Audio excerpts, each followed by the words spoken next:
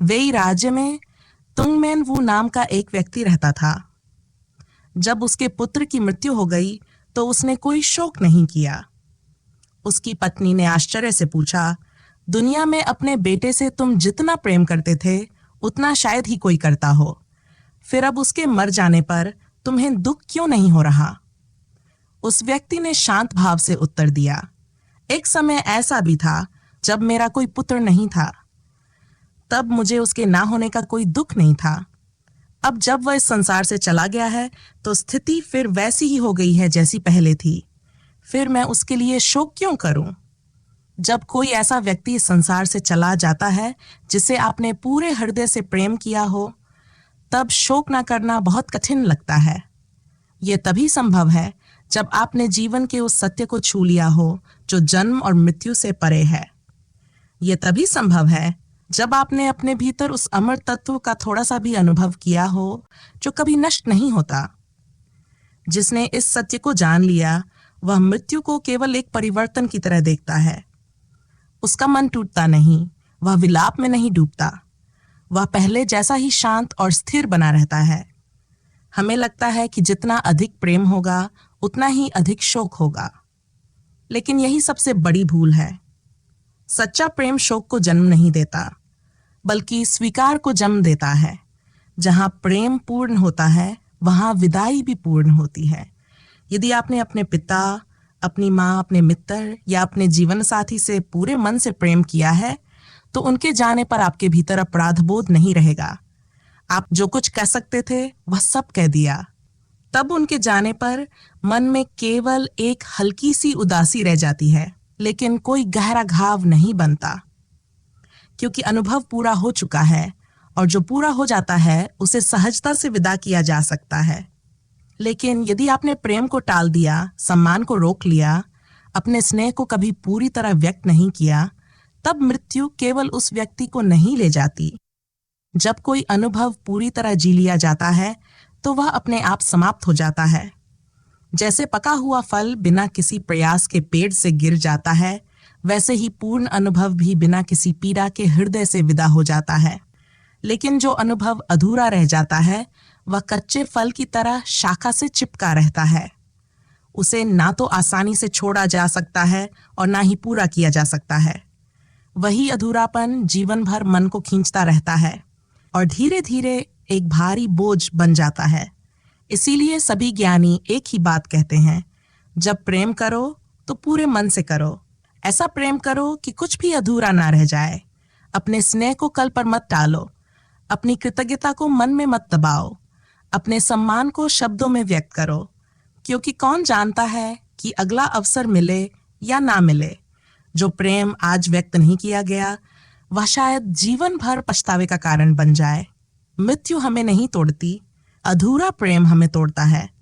इसलिए जब तक लोग हमारे साथ हैं उन्हें अपना समय दीजिए, अपना स्नेह दीजिए, अपनी करुणा दीजिए। प्रेम को भविष्य के लिए मत बचाइए, क्योंकि जब जीवन का द्वार एक बार बंद हो जाता है तब केवल स्मृतियां बचती हैं, और यदि उन स्मृतियों में अधूरापन है तो वही जीवन भर एक घाव बनकर साथ चलता है। लेकिन यदि प्रेम पूर्ण था तो विदाई भी शांत होती है और हृदय में शोक नहीं, केवल गहरी कृतज्ञता रह जाती है। यदि आपने किसी व्यक्ति से पूरे हृदय से प्रेम किया है, यदि वह प्रेम आपको भीतर से समृद्ध कर गया है, यदि उस संबंध में कुछ भी अधूरा नहीं बचा, तो उसके जाने पर आप उसे शांतिपूर्वक विदा कर सकते हैं। हाँ, मन में एक हल्की उदासी अवश्य होगी, क्योंकि किसी प्रिय का साथ छूटना स्वाभाविक रूप से हृदय को छूता है, लेकिन वह उदासी शोक नहीं बनेगी। समय के साथ वह भी धीरे धीरे विलीन हो जाएगी। कुछ समय तक उसकी कमी महसूस होगी, उसकी याद आएगी, लेकिन भीतर ऐसा तूफान नहीं उठेगा जो आपको तोड़ दे, क्योंकि जहां प्रेम पूर्ण होता है वहां विदाई भी पूर्ण होती है। साधारण मनुष्य की सोच बिल्कुल अलग होती है। वह मानता है कि यदि किसी के जाने पर आंसू नहीं निकले तो इसका अर्थ है कि प्रेम कभी था ही नहीं। उस व्यक्ति की पत्नी भी यही कह रही थी, लेकिन उस व्यक्ति ने उत्तर दिया, एक समय ऐसा था जब मेरा कोई पुत्र नहीं था, तब भी मैं दुखी नहीं था। फिर वह मेरे जीवन में आया और मैं उसके साथ आनंद से रहा। जैसे पहले मैं पिता नहीं था, वैसे ही आज भी नहीं हूं। पहले भी मैं शांत था, तो अब अशांत क्यों हूं? यह उत्तर केवल शब्द नहीं था, बल्कि जीवन के गहरे रहस्य की अभिव्यक्ति था। वह बाहरी घटनाओं को अंतिम सत्य नहीं मानता था।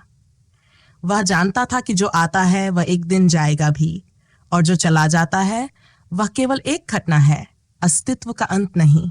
यह दृष्टि हमें सिखाती है कि जीवन में जो कुछ भी बदलता रहता है वह हमारा वास्तविक स्वरूप नहीं है। धन आता है और चला जाता है, सम्मान मिलता है और छिन जाता है, घर बनते हैं और टूट जाते हैं, संबंध जुड़ते हैं और एक दिन समाप्त भी हो जाते हैं। यदि हमारी शांति इन सब पर निर्भर होगी तो हमारा जीवन निरंतर भय और चिंता से भरा रहेगा। आज आपके पास एक बड़ा घर है। यदि एक दिन वह छिन जाए तो याद कीजिए कि कभी ऐसा भी समय था जब वह घर आपके पास नहीं था और तब भी आप जीवित थे। आज लोग आपका सम्मान करते हैं। यदि कल वही लोग आपकी निंदा करने लगे तो याद रखिए कि एक समय ऐसा भी था जब कोई आपको जानता तक नहीं था और तब भी आप जी रहे थे। जो चीज पहले नहीं थी और बाद में आई वह फिर जा भी सकती है, इसलिए उसके जाने पर अपने अस्तित्व को संकट में मत डालिए। जरा और गहराई से देखिए। एक समय ऐसा भी था जब आपका जन्म ही नहीं हुआ था। क्या उस समय आपको कोई दुख था? क्या आपको किसी कमी का अनुभव था? और जब एक दिन ये शरीर समाप्त होगा तब भी आप उसी अज्ञात स्थिति में लौट जाएंगे जहां से आए थे। यदि जन्म से पहले कोई पीड़ा नहीं थी तो मृत्यु के बाद के विचार से इतना भय क्यों? जो आता है वह जाता है, लेकिन जो इन सबको आते जाते देख रहा है वह कभी नहीं बदलता। इसीलिए जैन कहता है, अपने उस मूल चेहरे को खोजो जो जन्म से पहले भी था और मृत्यु के बाद भी रहेगा। उस शाश्वत को पहचानो जो समय से परे है।